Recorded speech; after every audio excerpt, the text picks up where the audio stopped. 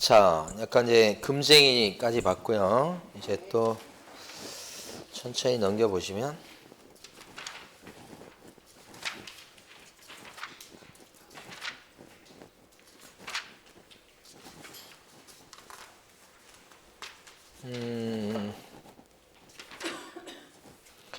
자, 258페이지 가십니다. 258페이지는 계약서 쓰는 게 나와요. 계약서.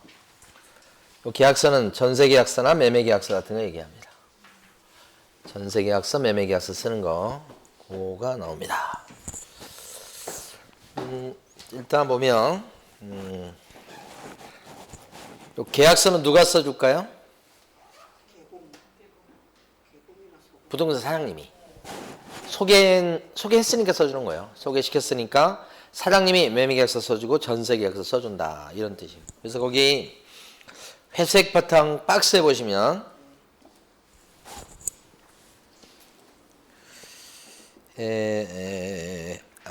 아니 거기보다는 거기 26조 1항입니다.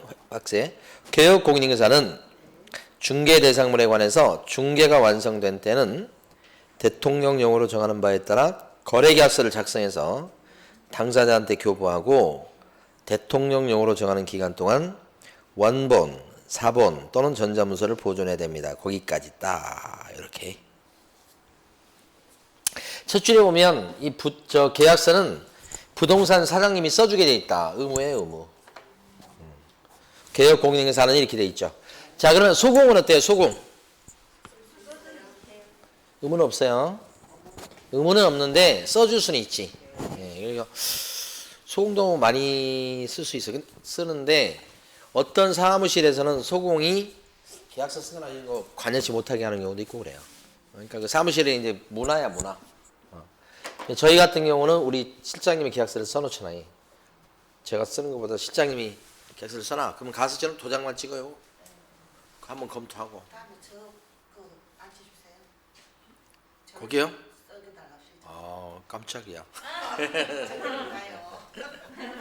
근데 계약서를 좀 많이 써봐야 그 다음에 또 실력이 늘죠.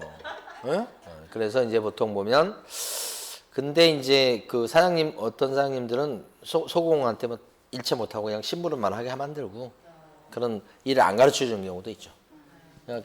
그래서 이제 그 자격증을 따시고 나서 지금 같은 환경에서는 오늘 또 이제 보면 그 따신 분들 이렇게 고민이 많더라고. 취직하려고 해도 이제 지금 보니까 옛날처럼 그 취직이 잘 안 되고요. 안 된다는 것보다는 할 수는 있는데 이제 취직하신 분들은 이제 확실한 보장을 원하시잖아.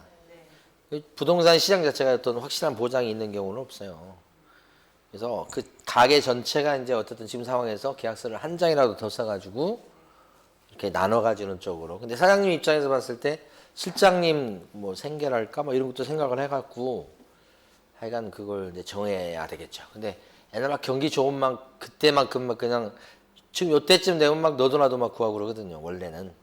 근데 지금은 막 폐업하는 중개업소도 있고 그러니까 아무래도 이제 그 여의치 않아요. 그러면 일을 배운다는 생각을 하셔야 돼. 근데 지금 일 구하신 분들은 이제 그런 것보다는 확실한 어떤 좋은 그 직장 개념으로 생각을 하죠. 그게 쉽지 않거든요. 그러니까 지금 상황에서는 더 그래요. 그렇지 않아도 그렇습니다만.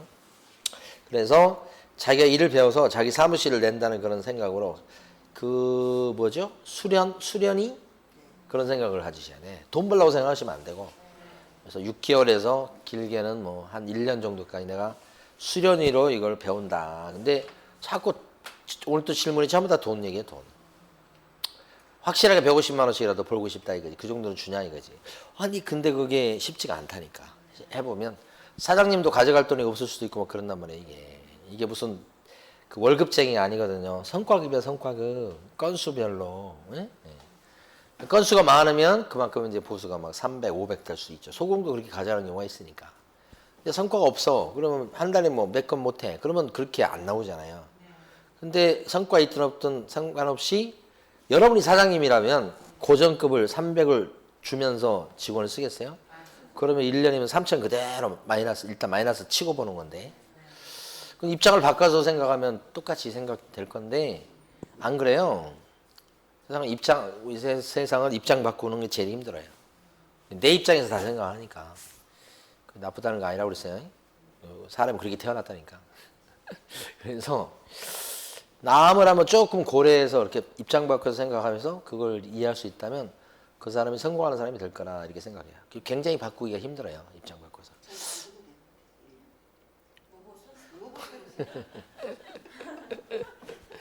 그 다음에 이제 그 다음에 기술을 배우다 이게 무슨 그 다음에 이제 지금 만약에 그 젊은 친구들은 괜찮은데 옛날엔 젊다고 또 안 쓰고 그랬는데 지금은 젊으면 그건 상관없어요. 근데 나이가 드시면 직원으로 안 뽑으려고 그래요. 이력서 낼 때부터.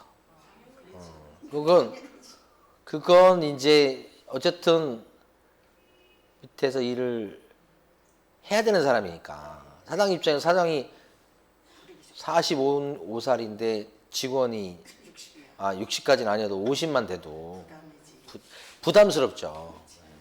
근데 그런 거라든지 그래서 좀 나이 들어서 합격하신 분들은 이 사무실에 취직하기 힘들어요. 그럼 어떻게 해야 되느냐? 차려야 돼. 차리는데 그 중개 사무실의 부담이 적은 그런 곳에 차려야 돼. 월세 기준을 했을 때 월세 100만 원 안 된 데를 차려야 돼요. 그럼 계약서를 많이 쓰겠다 못 쓰겠다? 못 써. 못 쓰지만 월세 부담이 적으니까 한 달에 한두 건 해가지고 월세 내고 그냥 자기 혼자 해야지. 인건비 나가는 거 없이 해가지고 한 1년 정도 이렇게 하면서 그것도 마찬가지예요. 수련이 개념으로 하는 거예요. 돈 벌려고. 물론 경기 좋으면 돈 벌어요. 근데 수련이 개념으로 자기가 이렇게 쌓고 그러면서 그 동네 중개업소 사장님들하고 유대관계 좀 해놓고 이렇게 해서 이제 그 다음에 어느 정도 경험이 쌓이면 위치 좋은 곳 100만 원 이상짜리로 월세를 옮기고 더 자신 있으면 또 200짜리로 옮기고 이렇게 하는 거지. 뭐 직원도 쓰고 그렇게 하실 생각을 하셔야 돼요. 그러니까 이게 자격증 따가지고 바로 그냥 월급쟁이처럼 이번 달부터 300만 원 이게 안 되거든요. 그런데 젊은 친구들이 그런 환상을 많이 가져요. 그래서 그 환상을 가지고 왔는데 보니까 한 달 해보니까 쫄쫄 굶어. 100만 원 나오기 힘들겠어. 그러면 이제 거기서 좌절하고 딴 데 갈래요. 딴 데 가면 뭐가 있나? 똑같아. 근데 그걸 이기고 6개월 이렇게 가서 자기 스스로 사무실 운영할 정도의 이제 어떤 능력을 갖추면 그 다음부터는 뭘 해도 되는 거예요. 그렇게 생각을 하셔야지. 그리고 전체적으로 부동산 사무실은 잘 될 때가 있고 안 될 때가 있고 이게 경기 사이트를 탈 수밖에 없는 거예요. 맨날 잘 되고 그러진 않지. 그걸 감안하셔야 되고. 그리고 취직을 한다면 그게 평생 직장이요? 지금 제가 마음에 지금 담아둔 거 다 얘기하는 거예요. 평생 직장 개념으로 젊은 친구들은 구하더라고. 그런 게 어디가 있어요. 부동산은. 조금마다 옮기고 조금마다 옮기고 그래요. 옮길 때마다 경험 쌓고요. 여러분 자산이 되고 이렇게 생각을 해야 되는데 여기는 뭐 얼마 줘요? 어떻게 돼요? 어떻게 돼요? 뭐 어떻게 다 해가지고 그런 마음을 이해 못하는 건 아니에요. 근데 그렇게 해서 따져가지고 직장 잡을 수 있는 그런 직장은 아닌 거예요. 부동산 사무실은. 그래서 경험을 쌓는다. 수련의 개념으로 가서 이렇게 물론 돈도 벌면 좋지만 그렇게 접근하면 오히려 돈을 벌 수가 있는데 그게 아니고 이제 아까도 보니까 계속 그런 것만 찾는 거예요. 그 마음을 이해 못하는 건 아닌데 쉽지 않을 거다. 그래서 제가 얘기했어요. 계속 찾아봐라. 계속 찾아보면 언제는 나온다. 응? 아니 진짜 그럴 수 있어요. 계속 자기 원하는. 근데 그게 나중에 가면 만족할 수 있겠느냐? 그게 쉽지 않을 거다. 그러면 사장님은 저 취직한 그 소공한테 그 친구한테 만족할 수 있겠느냐 이거지. 자기 만족만 자꾸 생각하는데, 응? 사장님은 그 친구에 대해서 대만족을 하겠죠. 그게 쉽지 않아요 또. 그러니까 이게 뭐 이게 자기 기준에서 다 생각을 하는 거예요, 그죠? 그러니까 뭐든 근데 제가 뭐 다 때려치고 제일 중요한 것은 뭐든 적극적으로 해보려는 성격 가지고 있는 사람. 그 사람은 성공해요. 어쨌든 성공해. 뭐 지금 성공하든 나중에 성공하든 뭐 어디 가서 성공하든 성공한다고. 소극적인 사람은 안 되는 거지. 그게 제일 중요한 기준이에요. 뭐 하다가 지금 이렇게 왔는데 저기 보면 계약서를 누가 써주냐? 사장님이 써준다. 개공이 써준다. 근데 소공이 써줄 수는 있다. 근데 현실적으로 소공한테 잘 안 시키는 경우가 많다. 그 다음에 중개 대상물에 관해서 중개가 완성된 때 계약서를 써준다. 중개 완성이 뭔데 여러분? 응? 중개가 완성된 때 중개 완성이 뭐야? 계약서 쓴 때? 계약서 작성이요. 근데 중개 완성됐다는 것은 지금 계약서를 쓰는 거잖아요. 그래서 한 건 했을 때니까 소개시켜가지고 상대방이 계약을 해야겠다 그래가지고 그쵸? 그러면 상대방이 지금 부동산님한테 원하는 게 뭐예요? 이거 팔아주세요. 그럼 살 사람을 구해줬어. 그럼 살 사람이 사겠대. 그러면 사겠다고 해가지고 마음 결정 딱 했죠. 뭐 그게 중개 완성이에요. 그러니까 중개 완성됐다 이렇게.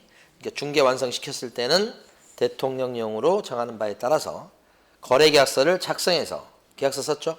거래계약서라고 하는 건 매매나 전세계약서 얘기하는 거예요. 그걸 작성해서 거래 당사자에게 교부하고, 그러니까 매도인 매수인한테 주고, 임대인 임차인한테 주고, 그 다음에 대통령령으로 정하는 기간 동안, 대통령령으로 정하는 기간이 5년이에요. 5년 적어놓으세요. 5년 동안 보존한다.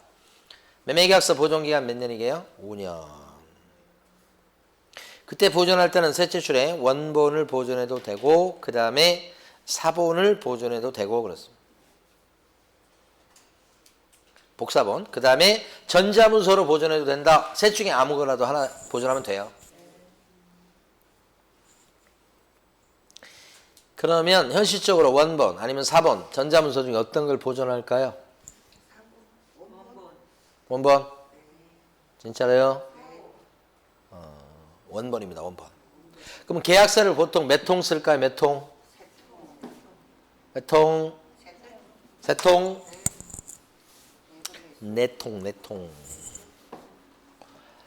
왜 그러냐면 이게 팔아주십시오 이렇게 되면 B라는 부동산 사장님이 부탁을 받은 건데 다른 부동산에다가 물건을 돌려서 야, 그 살 사람 있으면 좀 소개시켜봐라 이렇게 하거든. 그래서 소개시킨 요 T가 물건을 보고 마음에 드니까 둘이 도장을 찍는다 이렇게 되는 거니까 중간에 낀 부동산 사장님이 2명인 거예요.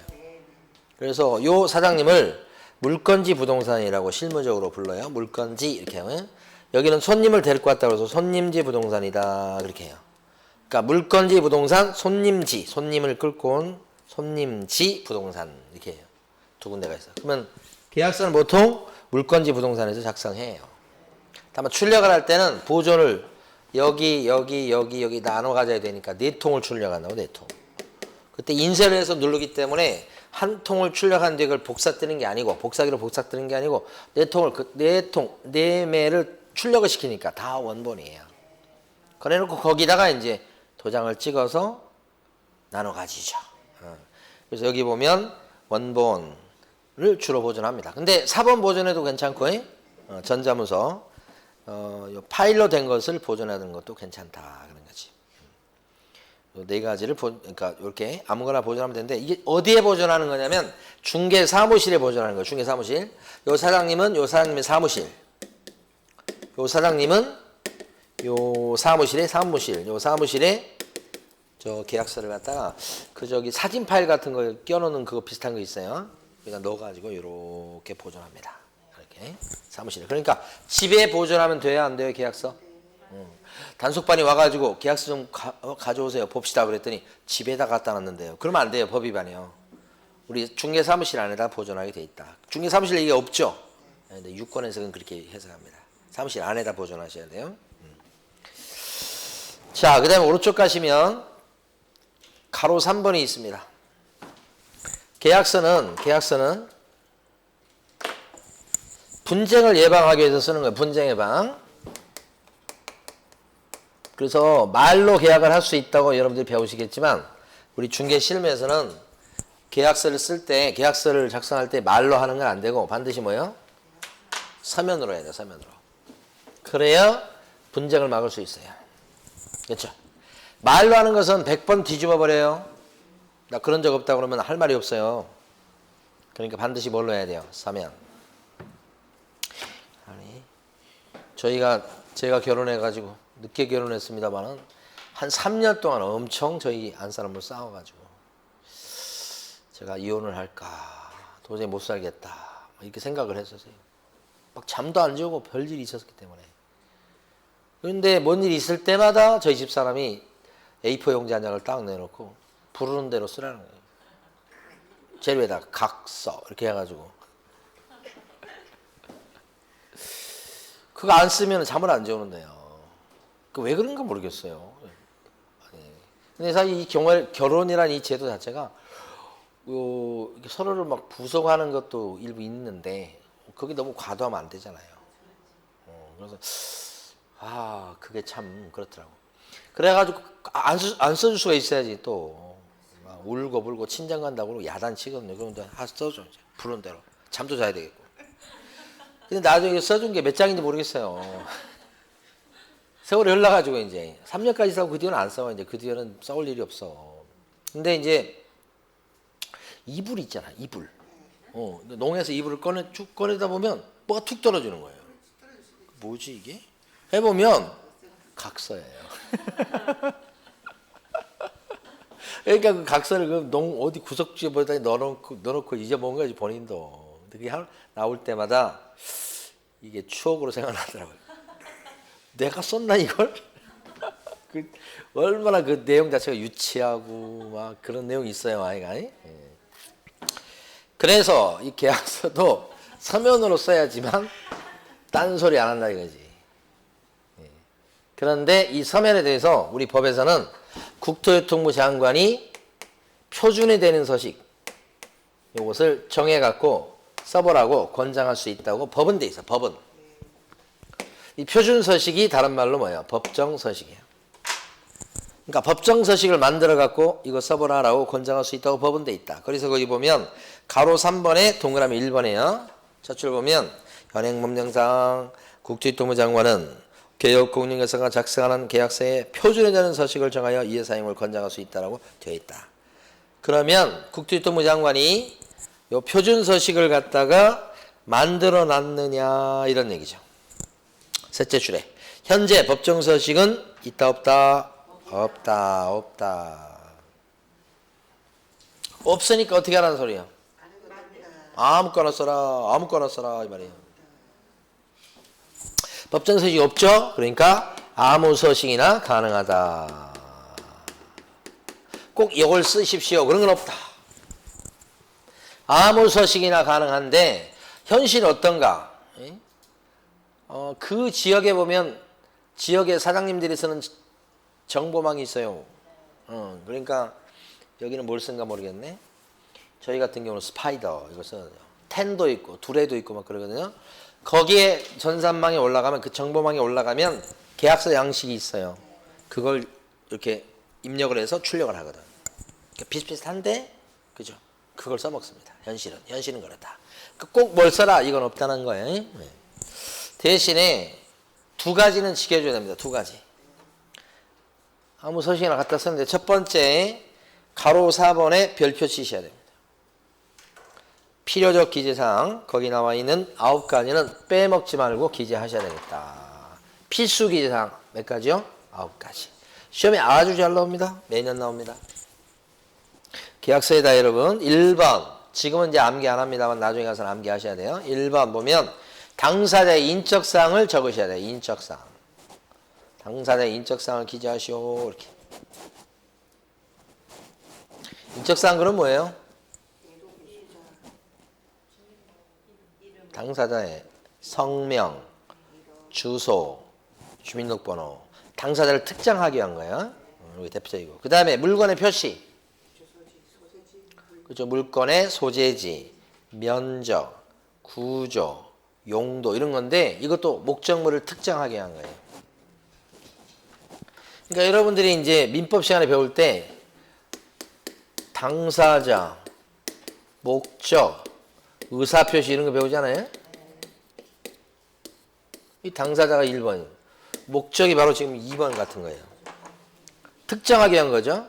누가 뭐 어떤 것에 대해서 어떻게 했냐는 걸 특정하려는 거예요. 의사표시 이렇게 되는 거예요. 근데 이제 거기에 의사표시가 나와 있는 건 아니고 그 의사표시가 이제 여러 가지로 쪼개져서 나온 겁니다. 3번 계약서 쓴 날짜 나와야 되고 4번 총 거래 금액이 기재가 돼야 되고 더 나가서 계약 금액도 기재가 돼야 되고 그 지급일자도 기재가 돼야 되고 계약서에다 5번 물건의 인도일시가 적혀 있네요. 여기서 물건의 인도일시 할 때 물건이 뭐예요? 부동산이죠. 부동산. 물건. 인도가 뭐죠? 여기 인도에 넘겨주는 거. 이건 동사는 요게 나가죠. 이게 인도고 부동산은 뭐예요? 이게 부동산이잖아. 인도는 뭐예요? 싹 이렇게 비워주는 거. 비워주는 거. 그러니까 이 부동산이니까 부동산 비워주는 점유 이전하는 걸 얘기하잖아요. 비워주는 날하고 시간이에요. 그럼 순 우리말로 이거 뭐겠어 이게? 잠금날이 되는데 이삿날짜. 그렇지. 이삿날짜예요? 짜예요? 짜요? 자신이 없어요. 한국말이 제일 어려워요. 그래요? 모르겠어요, 이건. 말만 통하면 돼요. 이삿날짜다. 이삿날짜가 이거예요. 몇 년, 몇 월, 며칠, 몇 시. 이렇게. 계약서 이런 게 나와야 되고. 그 다음에 6번. 권리 이전의 내용. 권리 이전의 내용이다. 요게 보면요. 요게 뭘까 생각해 볼 수 있는데, 많은 거, 여러 가지가 있어요. 근데 가장 대표적인 예를 든다면, 융자금 있죠.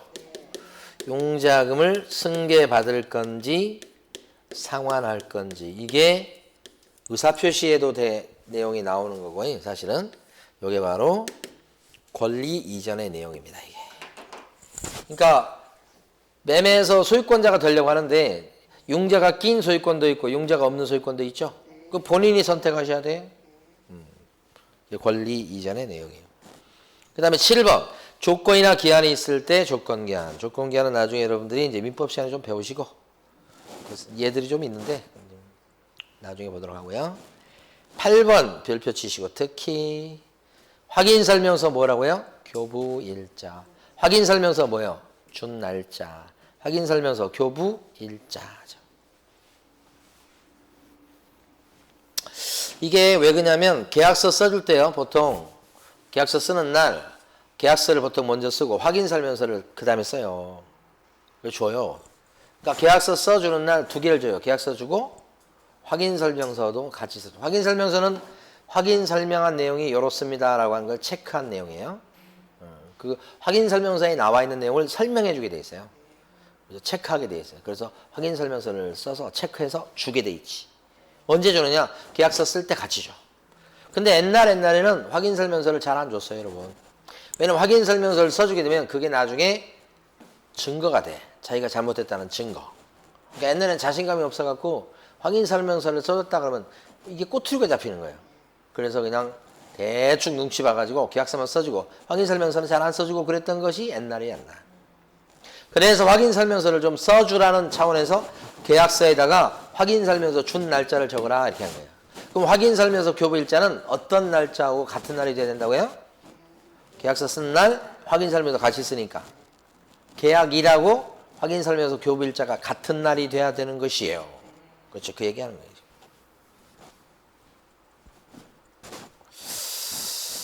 그렇게 보시면 될 것 같아요. 그래서 여기 나와 있는 9번은 놔두시고 이번에 자 가로 4번 별표 치시고 시험 잘 나옵니다. 또 하나는 제일 밑에 가면 회색 바탕의 세 줄입니다. 요거죠. 요거. 부동산 사장님은 계약서 써줄 때 말이에요. 계약서 써줄 때 여기 보시면 다운 계약서나 업 계약서 같은 거 쓰면 안 돼요. 거짓으로 기재하면 안 되고 서로 다른 두 개 이상의 계약서를 쓰면 안 되겠다. 이중 계약서 써주면 안 된다고요. 자, 거기 읽어볼게요. 개업공인사는 이렇게 돼 있죠. 제1항에 따라 계약서를 작성하는 때는 거래 금액 등 거래 내용을 거짓으로 기재하거나 서로 다른 둘 이상의 계약서를 작성하게 해서는 안 된다. 쫙쫙쫙 밑줄 긋고 별표 치시고 무조건 시험에 나오는 거고요. 이 다운 계약서나 업 계약서나 같은 경우는 세금 때문에 써요. 그러니까 실제는 10억에 거래했으면서도 세금 줄이려고 9억의 계약서를 쓰는 거예요, 이게. 다운 계약서예요. 그럼 그게 뭐예요? 거짓 기재. 이중 계약서 작성하는 경우는 상가에서 더러더러 있어요. 계약서를 두 장을 써요. 하나는 진짜 계약서를 써요. 보증금 3천에 월세 150에서 계약서를 하나 쓰고요. 근데 주인이 그러는 거야. 내가 이 월세 이거 받아가지고 이거 세금 내야 되는데 세금 이거 말고 또 다른 거 많이 나오는데 안 되니까 자 임차인 당신 월세를 갖다가 적지 말고 보증금만 3천 하자고. 그러니까 계약서를 또 한 장 써서 보증금 3천 하고 끝이야. 그럼 월세 120이 사라졌잖아 지금. 150이. 그럼 월세 소득을 갖다가 떼먹기 위해서 주인들이 요구하는 수가 있고. 그거 우리 임차인 입장에서는 그렇게 뭐 좋은 건 아닌데 여러 여건상 또 임차인이 임대인의 그 또 부탁을 또 거절하기 좀 그래서 해주는 수가 있어. 그래 버리면 우리 임대인 입장에서는 계약서 2장이에요. 3천에 150짜리 계약서가 하나 있고 이건 진짜. 근데 임차인이 세무서에 들어갈 때 내는 계약서에는 그냥 보증금 3천원만 돼 있어. 월세 없이. 그걸 이중계약서라고 해요. 탈세할 목적인 거죠. 이런 걸 써주면 안 된다고 돼 있는데 부동산 사장님이 써준다니까 간혹. 그러면 어떤 사유가 되냐. 이걸 적으셔야 돼. 밑에다가 개업 공인인증서는 등록 취소 할 수 있는 사유가 돼요. 밑에 써주셔야 돼. 밑에. 시험은 지금 쓰고 있는 내용이 나오지 위에 걸 나오는 게 아니에요. 위에 건 다 내용은 아셔요. 그걸 뭐 모르실 분이 없어. 지금 밑에 노란 걸 시험 문제 출제하는 거예요. 소공이 이중계약서 쓰거나 거짓 기자면 뭐예요? 자격 정지 사유가 된다. 이렇게 요걸 적으시고 이렇게 다운 계약서나 업계약서 썼을 때 징역을 살리거나 벌금을 물리거나 이런 건 없어요. 시험 잘 나옵니다. 지금 적고 있는 게. 왜 여기다 적냐면 우리 교재 뒤에 있어요. 있는데 그걸 따로 공부하기보다는 여기 나온 김에 가로 5번 별표하시고 알아두시고 아까 위에 가로 4번 별표하시고 두 가지가 시험에서는 핵심이요.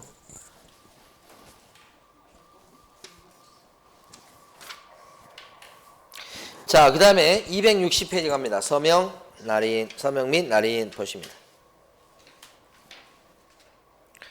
거기서부터 동그라미 1번 네 줄을 마구마구 밑줄 긋고요. 자, 여기 있죠. 이거 하고 답으로 넘어갑니다. 서명 및 날인이라고 돼 있죠. 이 서명 및 날인을 누가 해야 되느냐? 사장님이 하셔야 돼요. 사장님이. 서명은 뭐냐? 자필로 이름을 쓰는 걸 얘기하는 거예요. 그다음 플러스 날인도 하셔야 돼. 날인. 그러니까 계약서가 있다면 어떻게 하는 거냐면 계약서에다가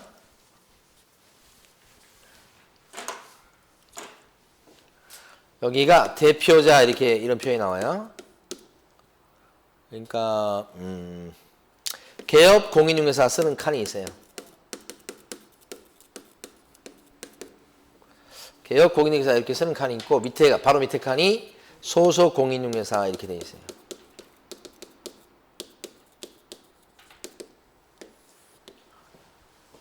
이렇게 되면 이거 계약서를 출력할 때 여기다가 사장님 이름을 이렇게 인쇄 출력해서 나오게끔 이렇게 하시고 요거 이제 요걸 이제 저 한글로 입력을 한다고 해.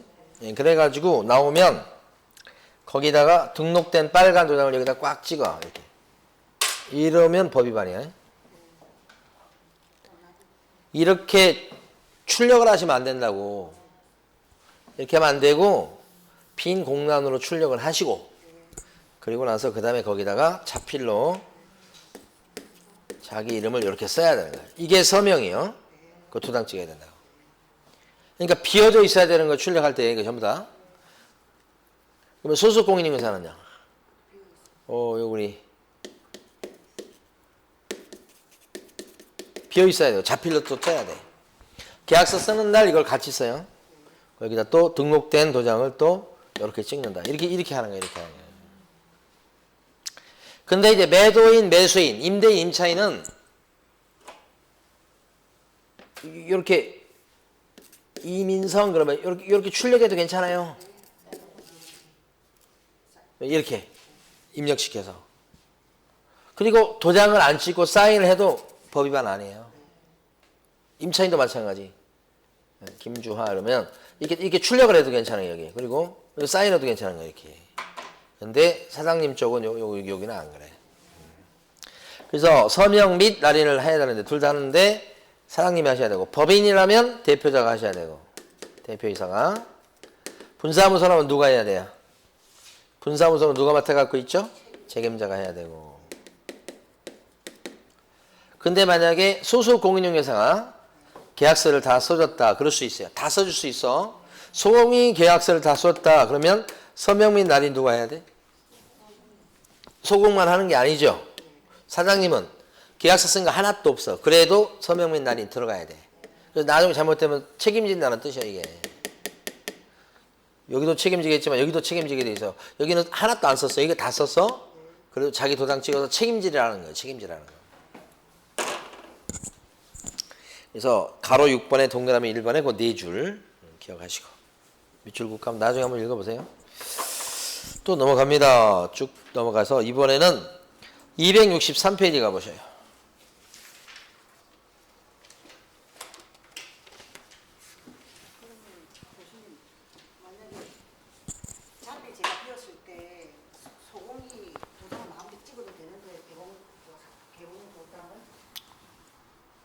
찍으면 안 되죠.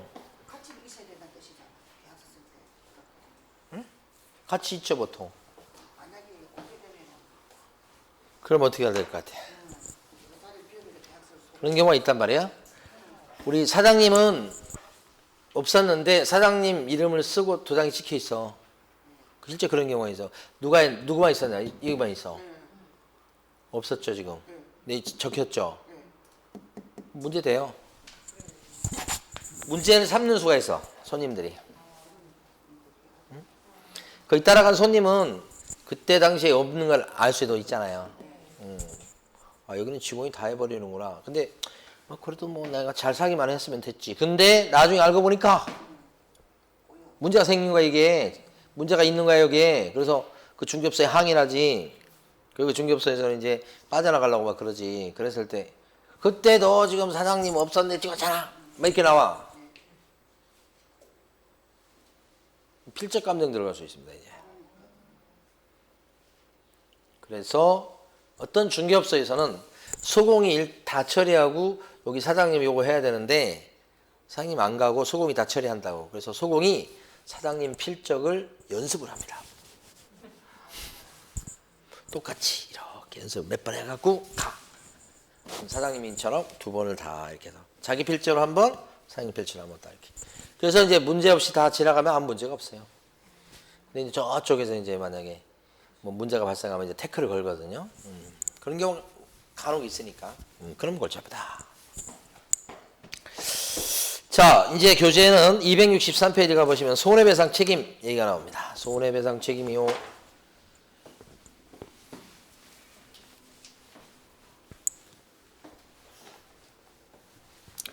우리 사장님은 어느 때 배상 책임을 지느냐, 그걸 해보도록 합니다.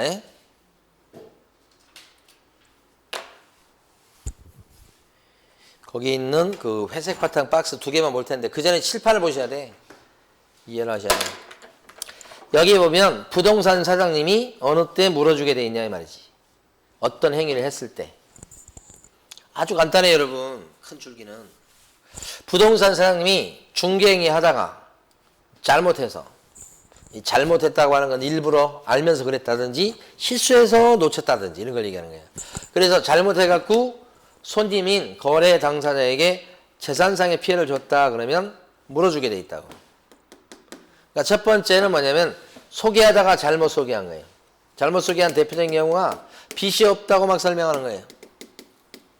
알고 보니까 빚이 없는 게 아니고 빚이 가득 찼어. 그래서 세입자로 들어갔던 손님이 보증금의 절반을 날려먹었다 이 말이지. 그게 손해지 뭐. 재산상의 손해. 그때는 잘못 소개한, 잘못 설명한, 빚이 없다고 설명한 부동산 사장님 책임이 있는 거예요. 잘못이 있는 거죠. 그대로 물어주게 돼 있다 이렇게 하는 것이. 요게 하나 있고, 자, 또 하나는 어떤 거냐면 부동산 사장님이 요 2번째 것은 직접 소개 행위를 한 건 아니고 다른 사람한테 사무실을 갖다가 맡겼다 이 말이지. 부동산 사장님이 갑이에요. 이게 사무실이에요. 갑에 증이 걸려 있어요. 자격증 등록증이. 근데 갑이 운영하지 않고 예를 들어서 병에게 사무실을 맡겼더라. 그랬는데 병이 손님 을에게 사고를 친 거예요. 을이 재산상의 피해를 입었다. 그러면 을은 요렇게 배상 청구에서 쳐들어가는 게 맞는 거예요. 근데 이 사람들은 보통 재산이 없거나 또는 도망가거나 그래서 손해배상 받는 게 쉽지 않죠. 그래서 사무실을 갖다가 제공한, 맡긴 갑에게까지 쳐들어갈 수 있도록 한 게 요 조문이에요. 그러니까 맡겼다는 이유만으로 실질적으로 손님한테 잘못한 게 하나도 없을지라도 물어주게 돼 있다. 지금 사고 친 사람은 요 사람이 아니에요, 요 사람이요. 근데 이 사람이 사고 치도록 만든 장본인은 요 사람이다. 그렇죠? 요 사람이 빌려주는 바람에 사고 친 거 아니야? 이렇게 보는 거죠.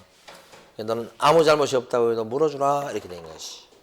그래서 잘못이 없어도 물어주게 돼 있다. 이런 케이스는 그렇게 많지는 않고요. 대부분 위의 케이스입니다. 위의 케이스. 그 다음에 여기서 배상 책임을 지는 것은 재산상 손해를 물어주게 돼 있으니까 손해 중에 보면 재산상 손해 말고 정신적 손해라는 게 있어요. 손해가 이렇게 나눠요. 재산상 손해, 정신적 손해. 여기서 세입자가 보증금을 갖다가 2억인데 1억을 날려먹었다면 그 정신적 충격이 엄청 클 거예요. 그 정신적 손해는 물어주라는 손해에 안 들어가요, 여러분. 이 정신적 손해를 뭐라고 그래요? 위자료 청구라고 그래. 너 나한테 위자료 내놔. 응? 너가 막 거짓말 해가지고 내가 그거에 따라서 받은 피해가 엄청나. 이런 식으로 하면서 정신적 피해. 그러니까 위자료 청구, 이게 정신적 손해입니다. 그런데 중개사법상 부동산 사장님이 물어줄 것은 이런 정신적 손해는 안 들어가고요. 빼고요. 어떤 것만? 금전적인 손해만 물어주게 돼 있다. 끝이에요, 이게. 자, 그러면 봐봐요. 조문. 30조의 박스에서 동그라미 1번. 그 조문 그거 4줄만 필요한 거예요. 개업공인인사는 중개행위를 하는 경우 중개행위를 동그라미 치셔야 돼. 이게 중개행위 책임이에요. 고의 또는 과실로 인하여 특히 고의 또는 과실 형광펜 칠하셔야 돼요. 중개행위 책임은 고의 과실이 있을 때나 책임지는 거예요. 그리고 그게 거래 당사자에게 재산상 손해를 발생시켰을 때 배상할 책임이 있다. 이런 뜻이에요. 이 조문만 계속 보시면 돼. 그러면 충분해요. 자, 동그라미 2번. 개업 공인인사는 다 밑줄 계시죠? 자기의 중개사무소를 다른 사람의 중개행위 장소로 제공함으로써 자기의 중개사무소를 할 때 중개사무소를 동그라미 치시고 중개사무소 여기에 동그라미 중개사무소를 다른 사람의 중개행위 장소로 제공함으로써 이렇게 돼 있죠. 이게 바로 사무소 제공 책임이라고 여러분들 기억하셔야 돼. 그래서 당사자에게 재산상 손해를 발생시켰을 때는 그 손해를 배상할 책임이 있다. 이렇게 돼 있죠. 이 동그라미 2번 두 번째는 고의, 과실 그런 얘기가 있어요, 없어요? 눈을 씻고 봐도 없어요, 고의 과실의 얘기가. 그러니까 이게 바로 아무것도 잘못이 없는데도 사무실을 빌려주고 맡겼다는 이유만으로 책임지게 하는 거지. 무서운 책임이죠. 그래서 부동산 사장님은 자기가 잘못해가지고 사고 냈을 때 책임지는 거 하나, 자기가 잘못한 건 아니지만 사무실을 딴 사람 빌려주는 바람에 빌려서 하는 사람이 사고 냈을 때 책임지는 거 둘, 이렇게 두 가지가 책임이 있다. 이런 뜻이. 그거예요. 자, 그 다음에 쭉 넘어가셔서 어디 가시냐면 269페이지 가십니다.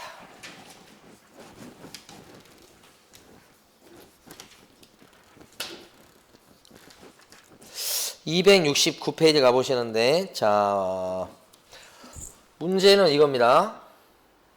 아니, 법적으로 부동산임이 책임지라고 법이 돼 있어. 그래서 이제 책임지게 법은 돼 있는데 부동산 사장님이 재산이 없어. 그럼 손해배상을 받을 수 있나요? 없어. 그러니까 제일 나쁜 변호사가 어떤 변호사냐면, 어떤 사람이 와가지고 내가 이렇습니다. 내가 피해봤습니다. 내가 저 사람한테 돈 받을 게 있습니다. 돈 좀 받아주세요. 알았습니다. 제가 해가지고 꼭 승소하도록 하겠습니다. 우리 100% 승소입니다. 그래가지고 변호사가 사건을 맡아가지고 열심히 해가지고 승소했어. 얼마 지급하라 판결 났어. 판결 났는데 이제 그 판결 갖고 판결 받은 상대방이, 야, 내가 지금까지 진짜 잘못 살았구나. 내가 잘못했어 진짜. 죄송합니다. 물어드릴게. 드릴게. 돌려드릴게. 이렇게 해서 주냐 이 말이지. 안 주지. 그럼 어떻게 해야 돼 이제? 그 주라고 하는 판결문 갖고 그 사람의 재산에 대해서 경매를 쳐가지고 거기서 나온 돈에서 받아야 되는 거예요. 돈. 경매 치려고 하면 그 사람 재산이 있어야 될 거 아니에요. 뭐 재산이 없으면 아무리 권리가 있어도 돈을 못 받는 거예요. 그러니까 보통은 그렇게 할 때 돈 받을 권리다 그러면 소송을 제기하기 전에 부동산을 먼저 찾아낸 뒤에 그 부동산의 가압류를 걸고 그 다음에 소송을 그 다음에 제기하는 거예요. 그래야 정상이지. 근데 가압류도 안 걸고 소송해서 우리 무조건 100% 승소입니다. 승소하면 뭐 하냐고. 받을 돈이 없는데, 받을 수 있는 방법이 없는데, 그렇죠? 그러면 변호사가 자기 장사를 위해서 한 것밖에 안 되는 거예요. 응? 아무리 정말 그런 거라도 일단 재산을 먼저 찾아보고, 아니 재산 이겼을 때 어떤 강제집행할 재산이 있어야 될 거 아니에요. 없으면 할 필요가 없어. 할 필요가 없어. 그러니까 변호사들도 그 기본으로 돼 있어야 되는데 그게 아니고 그냥 하다 보면 그냥 돈벌이 위해서 그냥 일단 해봅시다 이렇게 하는 경우가 있으니까 재산은 뭐 어디 있겠지. 나중에 이기고 나서 이제 막 샴페인 터트리고 나서 그 다음에 재산은 어디 있지? 뭐 없어. 그 뭐야? 그 지금까지 뭐 한 거냐고 이게. 나쁜 변호사입니다. 자, 그래서 마찬가지 부동산 사장님이 물어줄 책임이 있어. 지금 방금 전에 봤었잖아요. 책임이 있다고 30조 1항 2항 책임이 있다고 판결 났어. 재산이 없으면 뭐 하냐고. 그렇죠? 그래서 그때 대비해서 뭐 하는 거냐면 부동산 사장님 보고 보험에 들어라는 거야. 보험에 들어놓으면 혹시 이제 손님이 그래서 피해자가 됐던 이 손님이 손해배상을 갖다가 부동산 사장님 재산이 없어서 못 받을지라도 부동산 사장님이 보험에 들어놨으니까 그 보험회사에 가서 대신 받을 수 있다는 얘기지. 그러면 사고당한 피해자 입장에서 봤을 때는 어떻게 해요? 유리하죠? 안심할 수 있죠? 좋은 거죠. 그렇도록 하는 게 바로 보증 설정입니다. 보증 설정. 부동산 사장님이 하셔야 돼요. 자, 핵심은 가로 1번. 언제적에 보험에 들어야 됩니까? 그렇죠. 업무 시작 전이죠. 여러분 교재를 한번 볼게요.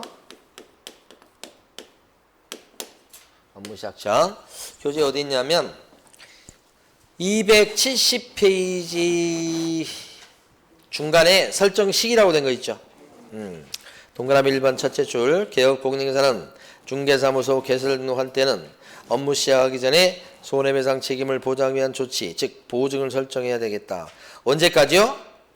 업무를 시작하기 전. 형광펜 270페이지입니다. 270페이지 네모 2번에 가로 1번에 동그라미 1번에 첫째 줄하고 둘째 줄.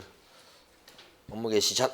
요걸 중개업소 등록 전 그러시면 안 돼요. 사무소 개설 등록 전이 아니고 업무 개시 전. 요거 꼭 알아두시고. 그 다음에 가로 2번에 가면 설정의 방법이 세 가지가 있는데요. 이 세 가지는 가만히 보시면 동그라미 1번 보험에 들거나 저희 같은 경우도 서울보증보험에 들었어요. 보험에 들거나 이건 여러분 시험에 나오는 게 아니에요. 그냥 제목만 밑줄 보세요. 보증보험에 들거나 두 번째 오른쪽에 가시면 공제에 가입하거나 세부적 내용 안 읽으셔도 돼요. 공제가 바로 협회가 운영하는 보험이에요. 협회가 운영하는 보험에 가입하거나 아니면 세 번째 다음 페이지 가시면 공탁기관에 공탁하거나 공탁기관이 어디냐 그러면 법원에 돈을 묻어놓거나 공탁하거나 그러니까 법원에 공탁기관에 그러면 법원이 계좌를 하나 만들어놔요. 보통 신한은행 계좌예요. 신한은행 계좌에다 돈을 넣어놔요. 그게 공탁이에요. 별것도 아니에요. 계좌에 돈 넣어놓는 거예요. 그래서 세 가지 방법이 있는데 보증 설정할 때 이 공탁은 현실적으로 이용되지 않아요. 이걸 이용하는 경우를 본 적이 없어요. 왜냐면 2억을 설정하잖아요. 그러면 공탁금으로 2억을 걸어야 되는 거예요. 누가 현금 2억을 딱 그렇게 넣을 수 있는 사람이 많냐 이거지. 물론 나중에 이자 조금 나옵니다만 그것 갖고는 말도 안 되죠. 그러니까 현금을 갖다 2억을 딱 넣을 수 있는 그런 경우는 할 수 있는데 그런 사람 거의 없으니까. 없어 사실은. 그래서 보통은 보험 아니면 공제 이렇게. 그 다음에 가로 3번에 보면 설정 금액 나옵니다. 이번에 바뀐 게 돼서 여러분들이 꼭 알아두셔야 돼. 가로 3번에 동그라미 1번. 법인인 경우는 4억 원 이상을 설정하셔야 됩니다. 근데 둘째 줄 분사무소를 두는 경우는 분사무소마다 2억 원 이상을 추가로 설정해야 됩니다. 이렇게. 여기까지가 아셔야 될 내용. 그럼 보면 이거요. 만약에 법인은 4억 원 이상 해야 되는데 분사무소 한 개당 2억 원 이상 추가고 시험에 나올 거 요거예요. 만약에 분사무소를 4개 거느리고 있다. 중개법인이. 분사무소 4개 갖고 있어. 그러면 그 중개법인은 최소 보증 설정을 얼마 해야 됩니까? 이거 뭐 8억? 요것만 치면 8억이지만 분사무소가 있으려면 머리가 있어야 돼. 머리. 주택사무소, 법인. 법인은 얼마 이상 해야 되는데요? 4억 이상이잖아. 그럼 얼마예요? 그치. 나올 거야 이거. 우리 교재 있나 모르겠네.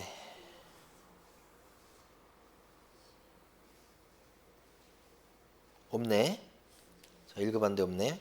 하여간 옆에다가 옆에 공간이 있죠?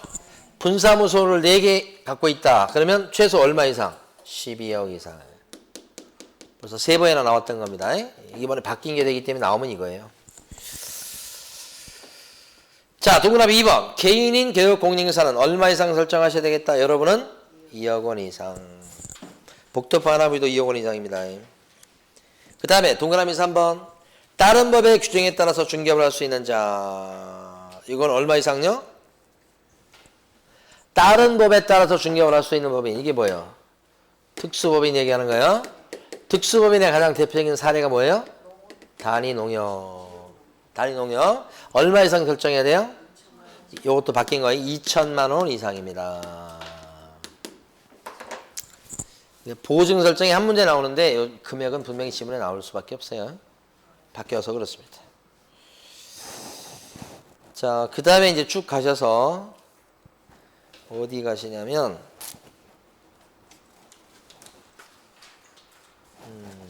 그쵸. 잠깐 쉬었다가 275페이지부터 설명드리도록 하겠습니다. 잠깐 쉽니다.